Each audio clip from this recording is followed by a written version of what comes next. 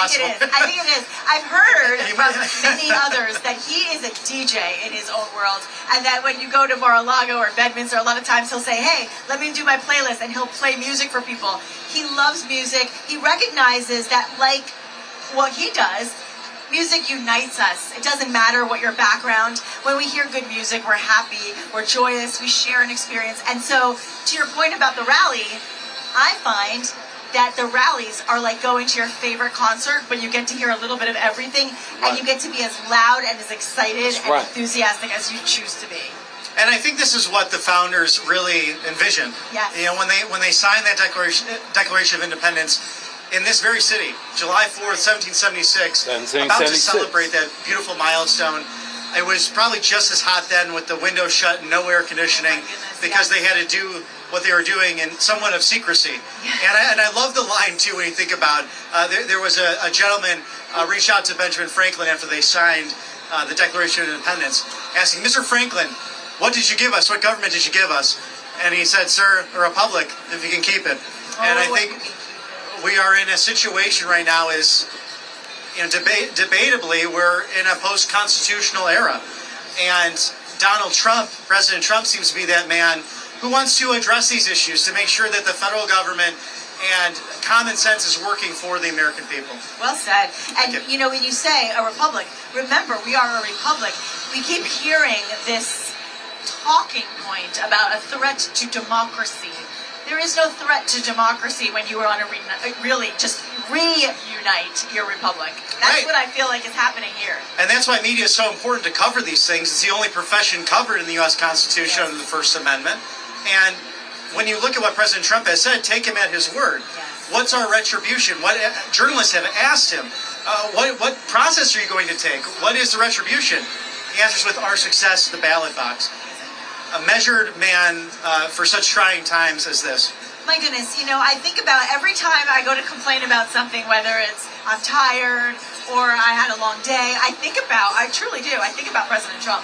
I've never seen a human who is so unstoppable. I mean, I don't think he sleeps much, but I don't think he requires a tremendous amount of sleep based on what he said. But you see him posting on social at 2 a.m., and then you'll see him out at an event by 8 in the morning. I'm like, where did he sleep? And he's going from city to city. Like today, he was in Washington, D.C., and he was there for the Faith to Freedom Coalition, the Road to Majority Conference. And his speech was tremendous, as it always is. And then he's headed here to Philadelphia to do his speech tonight at 7 p.m. Eastern. Make sure you're watching. You will only see all the full coverage all day and night here on RSBN. Oh, there's no question. We're happy to bring it to you and to have an exciting evening. And again, you know, being Saturday night, I think he's going to pull some punches and have maybe a few announcements. I mean, we talked earlier today about this, but I think that the big question on our minds is who is going to be President Trump's vice presidential running mate? And we're hearing murmurs about the possibility of it being announced at the convention coming up in a few short weeks here. I can't believe it's only a few short weeks. I know, it really is. I mean, time is flying by. We're less than 5 months away from the most consequential election in my lifetime. It's wild. Truly no doubt. I mean, truly a choice between liberty or tyranny. And I'm so interested to see who he's going to pick as his running mate. Okay, what's your prediction? Okay, so it's I want to know. I'm talking to my friends went about around this. the table in my family. I want to hear what you say. I really am thinking. Look at them beautiful white queens out in there, man. I think Tulsi Gabbard's in that play. I also think it's possible. Doug Burgum is kind of that wild card there. Yeah. They have a great relationship, it seems like. And then he was there with him. You know, this was Senator Scott and several other Republican representatives and family, of course, during these trials that have been taking place, especially in New York City. Yes. But they seem to have a very good working relationship, Governor Burgum and President Trump. I like to see that kind of support when he was in court every day. I loved seeing the support for him because he shouldn't be there alone. He should be supported. You know, he supports everybody else, and I love to see them support him. And I'll tell you my moment my choice in a moment, but I want to first just tell everybody about the Free Trump book. Oh, absolutely. We love that book. It was funny. In Palm Beach, we were sharing the story about the Free Trump book with some of the moms, and they were saying, I have to get this for my kids. I have to get this because it's the best-selling kids guide to President Trump. It's available free. What's free these days? Right? Nothing. It's nothing with Biden inflation. Tell me about it. So this is more like Maganomics, obviously. But they 'cause charge it's free you to $80 viewers. for that And book. all you have to do is pay the shipping and handling. That's it. This is a special promotion, though. The guide's been updated for 2024, and it explains Trump's vision for the future of Americans' kids. And that is so important because it's all about the future generations. He has an amazing family of his own, beautiful grandchildren that he absolutely adores and is always with. I love following that. And his policies on immigration is also included in this book.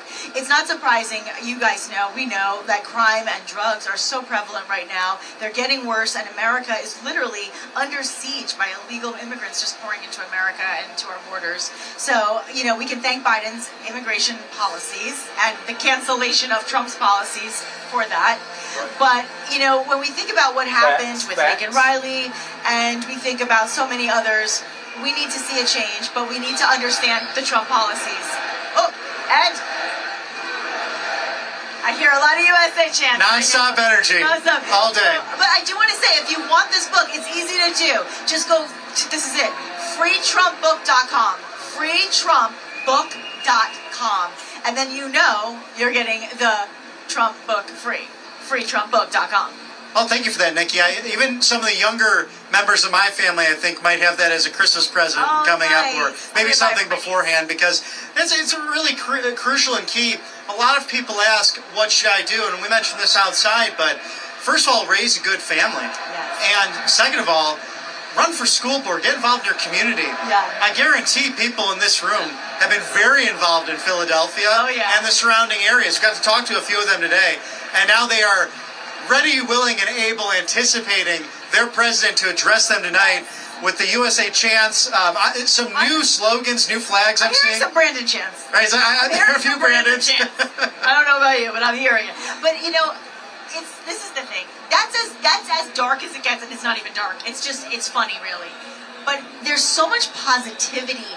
You're not seeing hate speech. You're not seeing violence. You're not seeing threats. You're not seeing negativity. You're literally seeing positive, hopeful, faithful, enthusiastic, peaceful messages about our country. Absolutely. And I think it was proven today where, God people. bless her. I mean, a wonderful person. Well, maybe not so wonderful, but she came out to share her opinion today. And, I saw that, yes. And she was very aggressive. She even talked to our team a little bit earlier. And we just peacefully walked away. But that's what you see with the MAGA folks. They had a little fun with it, but they were very polite. And just a very jovial atmosphere. Well, similarly to how President Trump will say that his revenge is success, I think our reaction to negativity is being pro-USA. So as bad as it can get sometimes from others, the response is not retaliation. The response is not anger. The response is not rudeness. The response is USA. Like, that was the response. Right. We love Trump, USA. If that's as bad as we get to retaliate, that just tells you that there's a loving aspect to this side of the party, really. Oh, no question. I mean, it's a very Christian message in nature. It's turning the other cheek. It's accepting someone for what they may bring to the table. And even personal conversations, sometimes it does happen in the last few years. Someone might be a little bit upset with you because of your opinion. That's okay. Try and talk to them, especially if it's friends and family. No reason to disengage in a relationship simply because of a differing political opinion. Right. I'm glad you said that, because I really truly love my friends who are not maybe on the same side. I still love them, but I want everybody to have an open mind so we can eventually be united. And I do believe we're going to be going to a commercial break, but when we come back, I know that we are going to be showing more of our crowd that just continues to fill up behind us, side of us, upside, everywhere. It's busy, busy, busy here in Philadelphia. Can't wait to see President